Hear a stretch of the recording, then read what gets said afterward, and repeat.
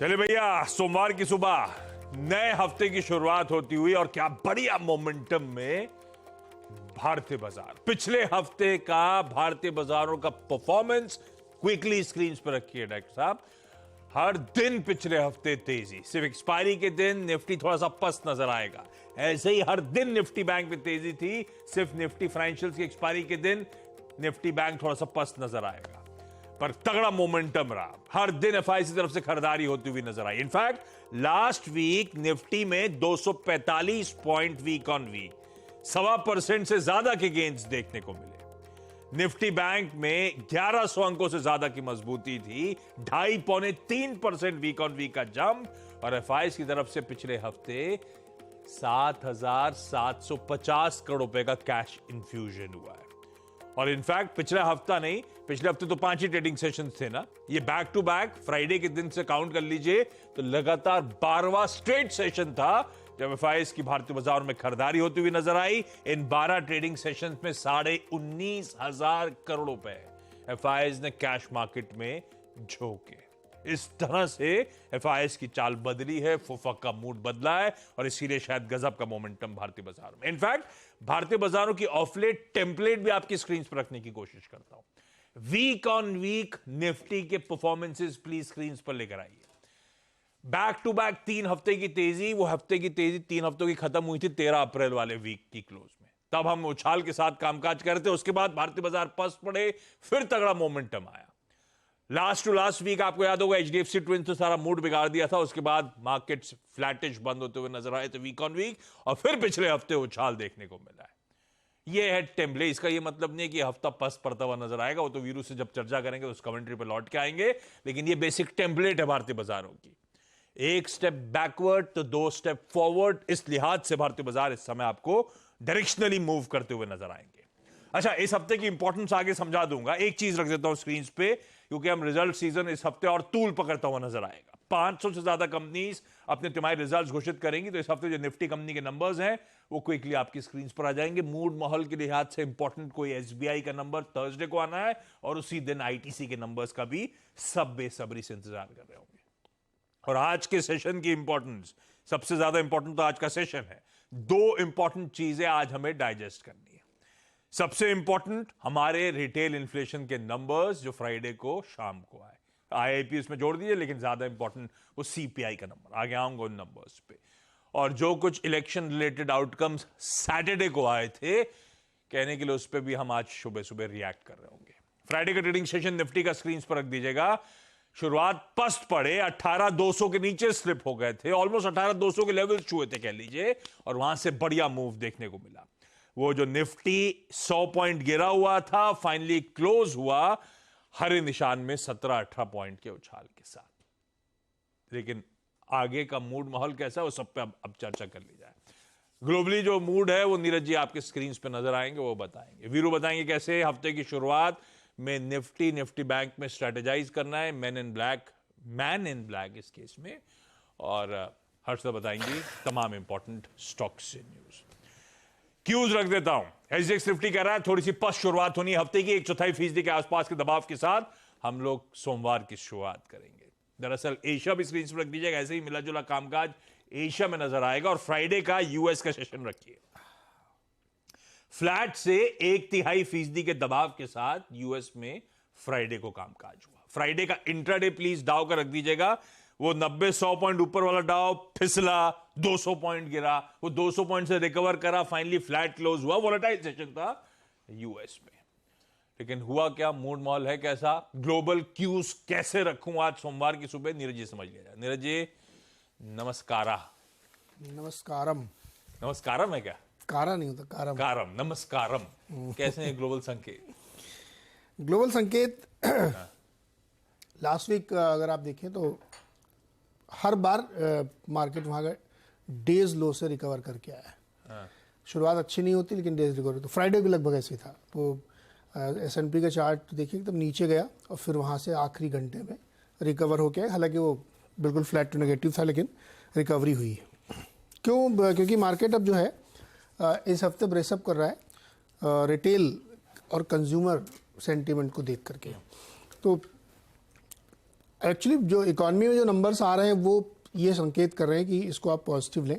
काफ़ी कमज़ोर नंबर आ रहे हैं, जो भी कंज्यूमर सेंटीमेंट के मिशिगन यूनिवर्सिटी के आए हैं वो 6 मंथ लो पे चले गए हैं। तो उससे ऐसा लगता है कि वहाँ का जो कंज्यूमर है वो काफ़ी सचेत है और अब महंगाई इसीलिए तेज़ी से नीचे गिर रही है क्योंकि वो खर्चे कम कर रहा है। इसी हफ्ते टारगेट और वॉलमार्ट के नंबर आने हैं, तो उससे और अंदाज़ा लगेगा कि रिटेल सेल्स कितनी है उनकी, और कंज्यूमर सेंटीमेंट का जो नंबर 6 मंथ लो पे है ये कितना जस्टिफाइड होता हुआ दिख रहा है। तो इस लिहाज से ये हफ्ता काफ़ी इम्पॉर्टेंट है। लेकिन इंटरेस्टिंगली है कि डॉलर वीक नहीं हो रहा है, ये एक थोड़ी सी चिंता होनी चाहिए।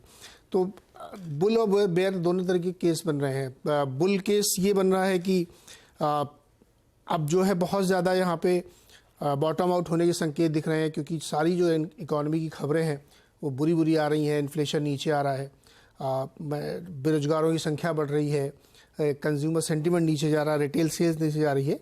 तो ये एक बेयर केस की तरफ इंडिकेट करती है कि ये है। लेकिन बुल केस की तरफ इंडिकेट करती है। बेयर केस की तरफ क्या इंडिकेट करता है कि आपकी बेरोजगारों की संख्या तो गिर रही है, लेकिन इन्फ्लेशन अभी भी 5% पर स्टिकी है।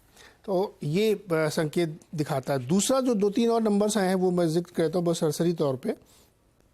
बैंक ऑफ अमेरिका कहता है कि फंड मैनेजर बैंकिंग क्राइसिस के बाद काफ़ी निराश हैं और इसीलिए वो जो है बहुत ज़्यादा मार्केट में पैसा लगाने के मूड में नहीं है, और उनको ऐसा लगता है कि ये मनी मार्केट की तरफ मूव करना चाहिए, इन्वेस्टमेंट अपना इक्विटी की बजाय।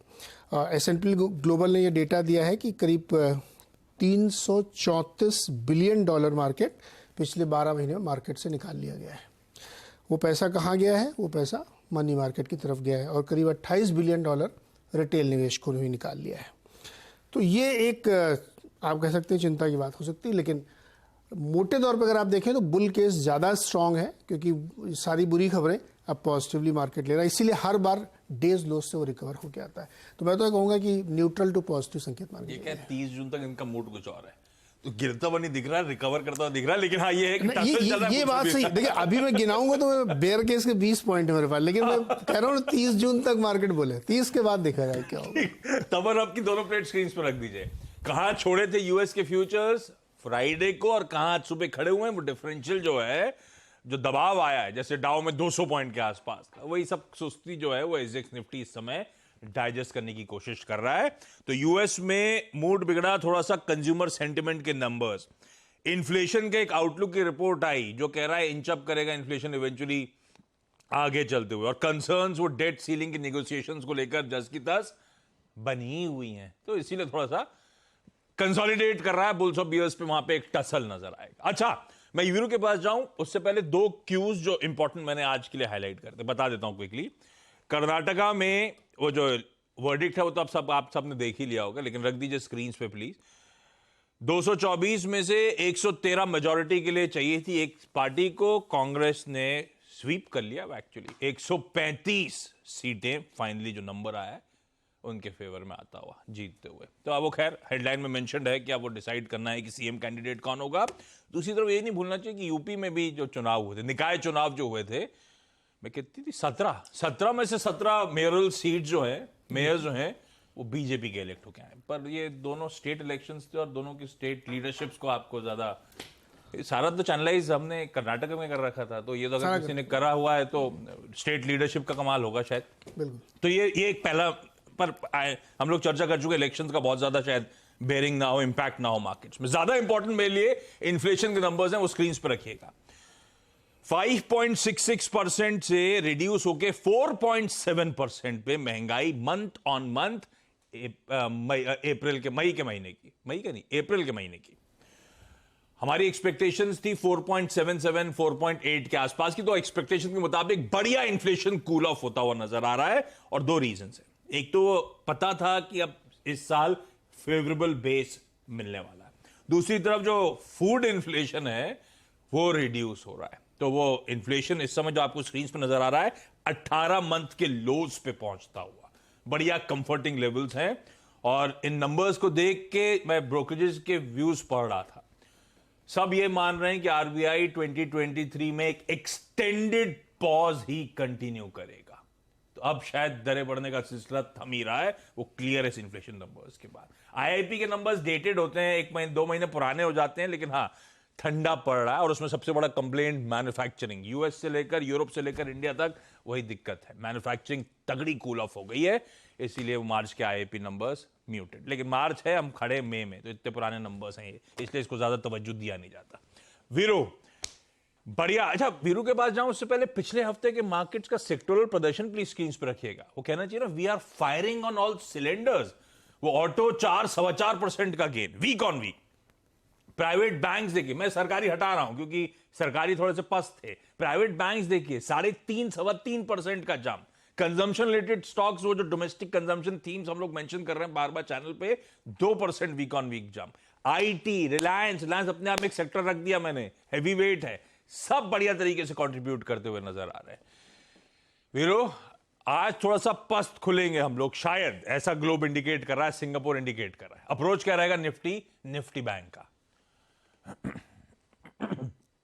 जी गुड मॉर्निंग आशीष। देखिए लास्ट सेशन में भी एक बार एग्जैक्टली अगर देखिए लेवल टू लेवल चला, 18,210 बेस था, बाय कीजिएगा।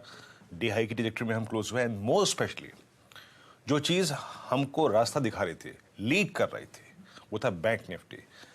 बाय डिप टुवर्ड्स 43,310, 340 लो था। ट्रेड जोन है 43,921 और एग्जैक्टली 904 हाई था। उस ट्रेड जोन में हमें 600 पॉइंट मिला आशीष पिछले सेशन में। लीड इंडिकेटर निफ्टी बैंक है, नो डाउट अबाउट दैट कि निफ्टी फार्मा अच्छा कर रहा था, Nifty auto at all time high, FMCG at all time high, लेकिन लीड इंडिकेटर ट्रेडिंग के लिए हमारा निफ्टी बैंक ही रहता है। लेवल से लेवल मिले। आज के सेशन में क्या करें? आई मीन सुबह सुबह जब मैं अपनी कमेंट्री लिख रहा था, करीब 67 पॉइंट नीचे उस वक्त एसजीएक्स निफ्टी था आशीष। अब जो भी कारण हो, आई मीन इलेक्शन आउटकम हो, जैसा भी हो, इस फॉल को जज करना मेरे लिए मुश्किल था सुबह सुबह कि एग्जैक्टली एक्सटेंड करेगा या नहीं करेगा, लेकिन उसके लिए मेरे पास एक ट्रेजेक्ट्री है कि कहां तक का ये फॉल एक सेफ फॉल होगा। हालांकि अब रिकवरी आ गई है। पहले इंस्टीट्यूशनल फिगर्स को देखते हैं। एफआईज 1014 करोड़ रुपए की बाइंग, 922 करोड़ रुपए की इसके अगेंस्ट सेलिंग। एफआईज इंडेक्स थोड़ा शॉर्ट कर रहे हैं अब, नो डाउट, क्योंकि पिछले एक महीने में सब्सटेंशियल बाइंग है, तो वो इंडेक्स थोड़ा शॉर्ट करके अपना हेज कर रहे हैं। 4400 कॉन्ट्रैक्ट यहां पे लॉन्ग काटे, हालांकि 1000 कॉन्ट्रैक्ट भी अगर आप देखें तो उन्होंने शॉर्ट कवर किए। स्टॉक फ्यूचर्स में कामकाज ना के बराबर था, थोड़ी सी पोजीशंस अनवाइंड की यहां पे, बोथ शॉर्ट एंड लॉन्ग। और इंडेक्स ऑप्शन में 255 करोड़ रुपए की सेलिंग। लेकिन अच्छी बात यह है आशीष के 2,30,000 पुट शॉर्ट है। दैट मीन्स जो मेरे लिए जज करना है इस बाजार के इस फॉल को एसजीएक्स निफ्टी के, तो काफी अच्छी खासी पुट राइटिंग हुई है। तो वो पुट राइटिंग मेरे को एक आई थिंक समर्थन देगी, सपोर्ट देगी। मैं कैसे अप्रोच करूंगा? देखिए आशीष, आपके स्क्रीन पे अभी भी 18,400 18,500 पे बड़े कॉल राइटर्स का कन्विक्शन बना हुआ है।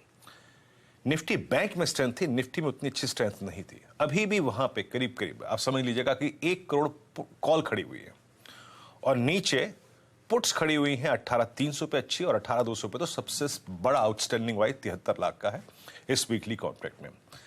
पिरामिड्स लेके आइए और वो आपको बताएंगे एग्जैक्टली। अगर आप देखें हमारा क्लस्टर क्या है आशीष, पिरामिड्स में क्लियरली डिफाइंड है कि 18,400 500 एक स्ट्रॉन्ग सप्लाई जोन है। ये देखिए आपकी स्क्रीन पे, मोर स्पेशली 18,500 और 18,200 पे 300 पे स्ट्रॉन्ग पुट राइटिंग है। एक और चीज प्लीज, बेस 1 लेके आइएगा, डिफाइन कर देता हूं यहां पर। बेस 1 बहुत जरूरी है किसी भी सर्कमस्टेंसेस में, चाहे वो पॉलिटिकल रीजन से हो चाहे कुछ और रीजन से हो। आशीष, बेस 1 जो मैंने डिफाइन किया है वो है पुट राइटर का कन्विक्शन जोन, क्योंकि सुबह सुबह 70 पॉइंट नीचे था एग्जिस्ट निफ्टी। 18,207 पुट राइटर्स का कन्विक्शन जोन और दूसरा है 18,164। हमारे पिछले 2 स्विंग्स में निफ्टी ने हमेशा 10 डे एक्सपोनेंशियल मूविंग एवरेज को रिस्पेक्ट दी है। तो हमारा जब तक 207 164 स्क्रीन पे है, the shortest moving average and put writers conviction zone, हमको डिप को बाय करना है। ये टूटेगा तो सेकंड बेस टेस्ट होगा हर हालत में। ऊपर आइए रेजिस्टेंस की प्लेट पे। हर लॉन्ग ट्रेड जो आप डिप को बाय कर रहे हैं, खरीदे, तो अभी के लिए एज पर दीज स्टैट्स 18,396 और 418 एक एग्जिट जोन है उस ट्रेड के लिए।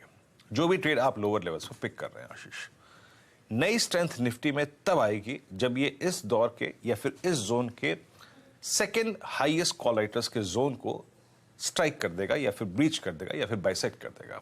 418, इसके ऊपर सस्टेन करे 15 मिनट्स तो एक फ्रेश लॉन्ग और लेंगे for a possible swing towards 18487। Otherwise इस चैनल को ट्रेड कीजिए। बेस मैंने डिफाइन कर दिया और एग्जिट जोन मैंने डिफाइन कर दिया। लीडिंग इंडिकेटर बैंक निफ्टी रहा है, लेवल टू लेवल मैच हुआ प्रीवियस सेशन में। 921 एक प्रॉफिट बुकिंग का जोन था, एंड स्पेशली अगर 660 निकल जाए तो, और 660 निकलते साथ वो स्विंग मिल गया।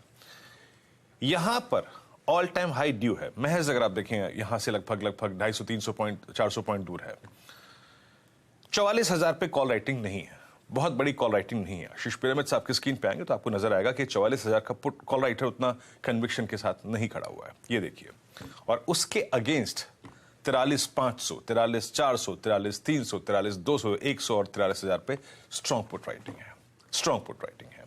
फिर यहां पे बेस डिफाइन करेंगे आशीष, क्योंकि एसएस निफ्टी में एक डिप है, ओपनिंग तक क्या होगा मेरे को नहीं मालूम, but base one again put writer का कन्विक्शन जोन 43500, 43,540, 550, और सेकेंड जो बेस का लेवल है that is 10 day exponential moving average for Nifty bank, that is 43259। इसके ऊपर के डिप को हमको बाय करना है। एक और चीज याद रखिएगा, RS1 लेके आइएगा। जो ट्रेड आप डिप पर बाय करने पे पिक करेंगे उसका थोड़ा सा प्रॉफिट हमको 43910 और 44,090 के बीच में बुक करना है। अगला स्विंग हाई हम, मतलब पिछला स्विंग हाई हम क्रॉस तभी करेंगे जब हम 44,090 के ऊपर सस्टेन करेंगे 15 मिनट कैंडल्स पे, यानी 5-5 मिनट की 3 कैंडल्स पे। ऐसे आशीष अप्रोच करेंगे, और दोनों ही इंडस्ट्रीज के लिए, इस पूरे वीकली कॉन्ट्रैक्ट के लिए बेस वन और 10 डे एक्सपोनेंशियल मूविंग एवरेज काफी क्रिटिकल है आशीष। ये हो गई मंडे की निफ्टी बैंक की अप्रोच। लेवल स्क्रीन पर क्विकली हर्षदा के पास जा रहा हूं सारे इंपॉर्टेंट स्टॉक्स की न्यूज जानने के लिए। Harshada, good morning. Good morning Ashish. शुरुआत टाटा मोटर्स के साथ करेंगे। नतीजे बेहद मजबूत है। अनुमान था कि कंपनी प्रॉफिट दिखाएगी, लेकिन 5,407 करोड़ का जो मुनाफा आया है वो उम्मीद से काफी बेहतर है। रेवेन्यू में करीब 34% तक का इजाफा, 1,06,000 करोड़ के आसपास ये आंकड़ा। एबिटा में 58% तक की वृद्धि, 13,115 करोड़ का यह आंकड़ा, और मार्जिन दरअसल 12.5% के आसपास दिख रहे हैं। अनुमान हालांकि मार्जिन का 13% का था। तो ये कंसोलिडेटेड नंबर्स है, लेकिन जो JLR की बिक्री है ना, उसमें सबसे ज्यादा इजाफा देखने को मिल रहा है। JLR की जो आय है वो करीब 49% बढ़कर 7 बिलियन पाउंड के आसपास रही। वॉल्यूम में 24% का इजाफा देखने को मिला है, और मार्जिन्स 14.6% पर आए हैं। तो बम्पर परफॉर्मेंस देखा गया है, और कंपनी ये भी कहती है कि दूसरी छमाही तक फ्री कैश फ्लो करीब 16,600 करोड़ इनके हाथ आता हुआ दिखाई देगा। तो लार्जली एक बहुत ही सॉलिड क्वार्टर रहा है। कंपनी को भरोसा है कि 6% तक के मार्जिन ये अचीव करते हुए दिखाई देंगे। कमर्शियल सेगमेंट में मुनाफा और मार्केट शेयर दोनों बढ़ने के आसार बन रहे हैं, और Q4 स्पेशली मार्केट शेयर के लिहाज से CV सेक्टर के लिए अच्छा था। 41% मार्केट शेयर इनके हाथ आता हुआ दिखाई दिया है। ईवी को लेकर भी कमेंट्री आई है, जहां पर ओवरऑल ईवी के पोर्टफोलियो पेनिट्रेशन में इजाफा देखने को मिल रहा है, और यहां पर भी रिकॉर्ड वॉल्यूम्स दरअसल कंपनी डिलीवर करती दिखाई दी है। तो ओवरऑल बहुत ही सॉलिड क्वार्टर दरअसल टाटा मोटर्स के लिए। DLF के लिए भी एक मजबूत तिमाही रही, जहां पर हमने देखा प्रॉफिटेबिलिटी करीब 40% से ज्यादा बढ़ी है, 570 करोड़ पर आई। रेवेन्यू हालांकि थोड़ा सा डैम्प रहा है, 6% की गिरावट, ये 1456 करोड़ के आसपास आता हुआ। इबिटा में 8% का इजाफा, मार्जिन 27% पर है। तो मार्जिन में लगभग 400 बेसिस पॉइंट से ज्यादा का इजाफा देखने को मिल रहा है। बुकिंग्स जो है वो रिकॉर्ड हाई पर आई है, 8,458 करोड़ की, और ये लार्जली हुआ है इनका जो लग्जरी प्रोजेक्ट लॉन्चेस हुए थे उससे। तो आपको याद होगा आर्बर जो इन्होंने लॉन्च किया था वो 2-3 दिनों में ही पूरी तरह से सोल्ड आउट था। तो उसका एक रिफ्लेक्शन है दरअसल इन बुकिंग के आंकड़ों में। तो मजबूत तिमाही दरअसल साबित होती हुई दिखाई दे रही है। नवीन फ्लोरिन भी आपके लिए लेकर आएंगे, जहां पर नतीजे अच्छे हैं। रेवेन्यू 70% बढ़ा, एबिटा में 114% तक की वृद्धि देखने को मिल रही है। मार्जिन 23% से बढ़कर नियरली 29% आए हैं, तो 600 बेसिस पॉइंट का इजाफा, और मुनाफे में 81% तक की ग्रोथ देखने को मिली। 136 करोड़ का मुनाफा कंपनी ने पोस्ट किया है। दोनों स्पेशलिटी सेगमेंट में वृद्धि देखने को मिल रही है, HPP सेगमेंट में वृद्धि देखने को मिल रही है, और CDMO बिजनेस में भी 106% तक का इजाफा देखने को मिला है रेवेन्यू में। तो सॉलिड नंबर्स इधर भी देखे गए हैं। जहां से थोड़ी बहुत निराशा हाथ लगती दिखाई दी है वो लार्जली आईजीएल है, क्योंकि हमने देखा था एमजीएल गुजरात गैस के नंबर्स डिसेंट थे, आईजीएल वो डिलीवर नहीं कर पाया है।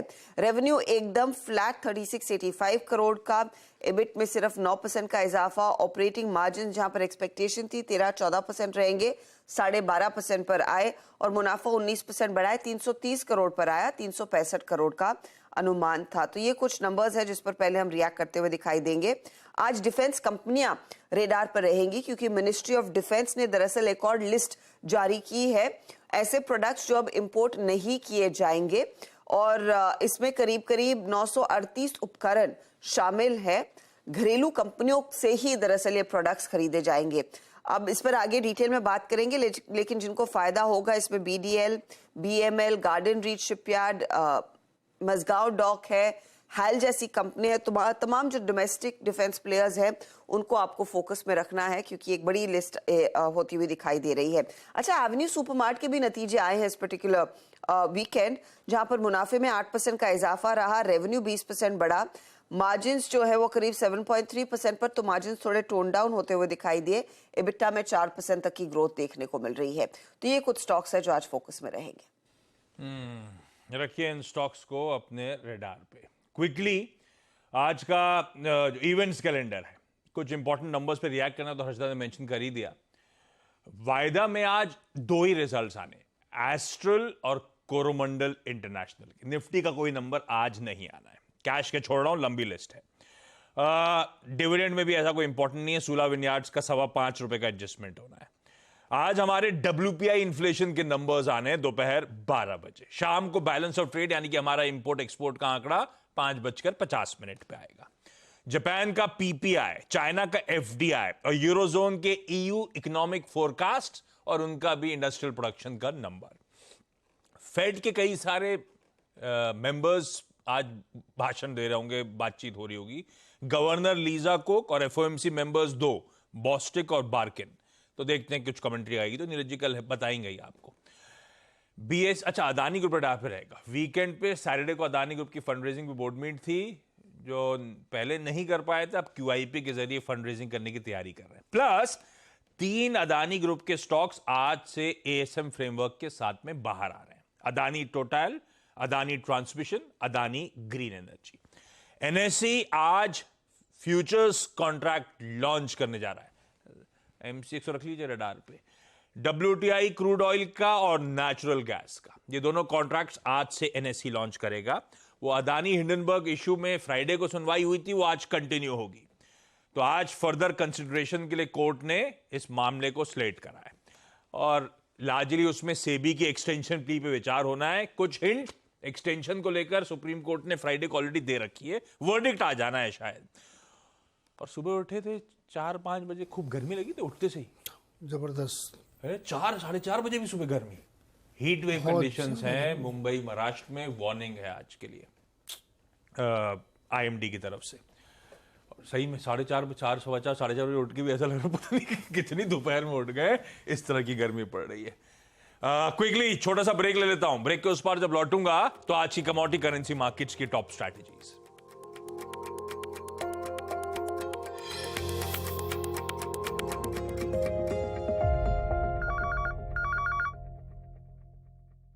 पता है, लोग अक्सर मुझसे पूछते हैं कॉल सेंटर का स्टेडी जॉब क्यों छोड़ा। I wanted more out of life, बस मैंने अपना स्टार्टअप शुरू किया। जानना चाहोगे कैसे?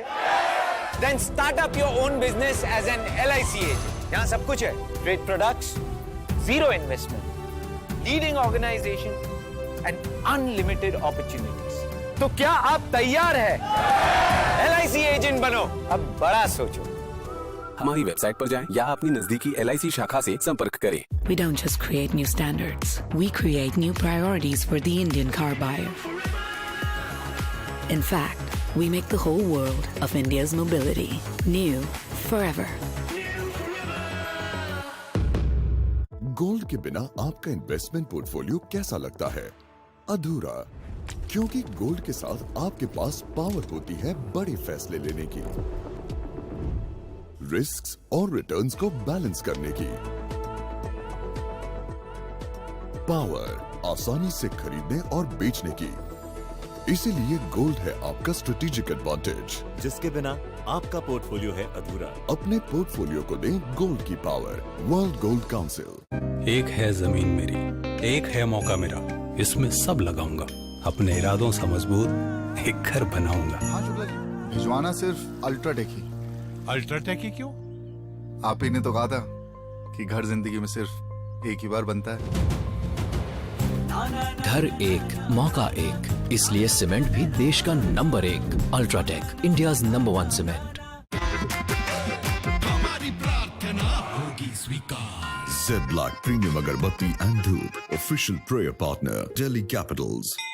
जब भी मैं ठंडा खाती थी, जैसे कि आइसक्रीम, मुझे एक झंझनाहट सी महसूस होती थी। ये बढ़ती जा रही थी ये प्रॉब्लम। पहले ठंडे से शुरू हुई, फिर गर्म खाने से हो रही थी, तब जाके मैंने डेंटिस्ट को दिखाया। उन्होंने कहा कि आप सेंसोडाइन यूज कीजिए। अब मुझे फ्रिज से कुछ ठंडा निकाल के खाना हो तो मुझे दोबारा सोचना नहीं पड़ता। स्टार्टअप है तो long working hours are normal, but investing that doesn't take too long. Angel One पर क्विकली इजीली अकाउंट ओपन करो। ये चाय ठंडी होने से पहले you can start investing. Investments in securities markets are subject to market risks. Read all the related documents carefully before investing. Chhotu, come time में ज्यादा काम कर लेगा। ऊंची चढ़ाई पर भारी लोड कर लेगा। कम फ्यूल में मीलों का सफर कर लेगा।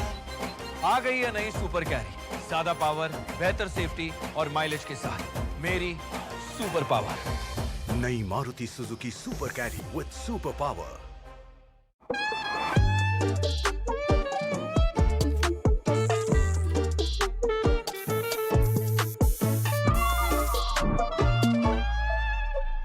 Don't like unwanted add-ons?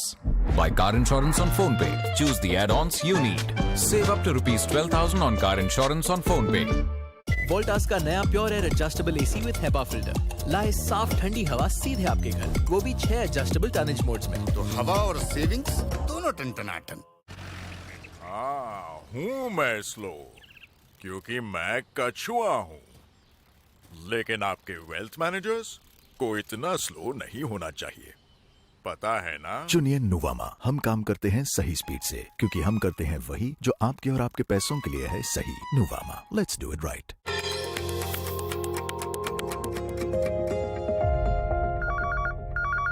चलिए भाई, ब्रेक के बाद आपका स्वागत है। आज की कमोडिटी स्ट्रैटेजीज आईएफएल सिक्योरिटीज की तरफ से आई हैं। अनुज गुप्ता साहब ने भेजी है, दिखाइए क्विकली स्क्रीन पे, लेफ्ट और राइट पे रख दीजिए मेरे। कच्चा तेल मई वायदा बेचने के मौके 5950 के स्टॉप के साथ बेचिए 5700 के टारगेट्स के लिए। ऐसे ही सोना, लेकिन सोने का जून वायदा बेचना है 61,450 के स्टॉप के साथ 6500 का लक्ष्य। तो कच्चा तेल हो, सोना हो, दोनों में बिकवाली करने का कॉल।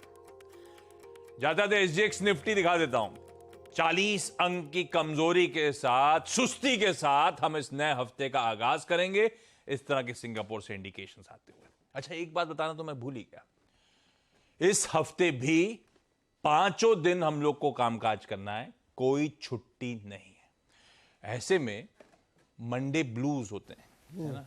मंडे ब्लूज को भगाने के लिए आपको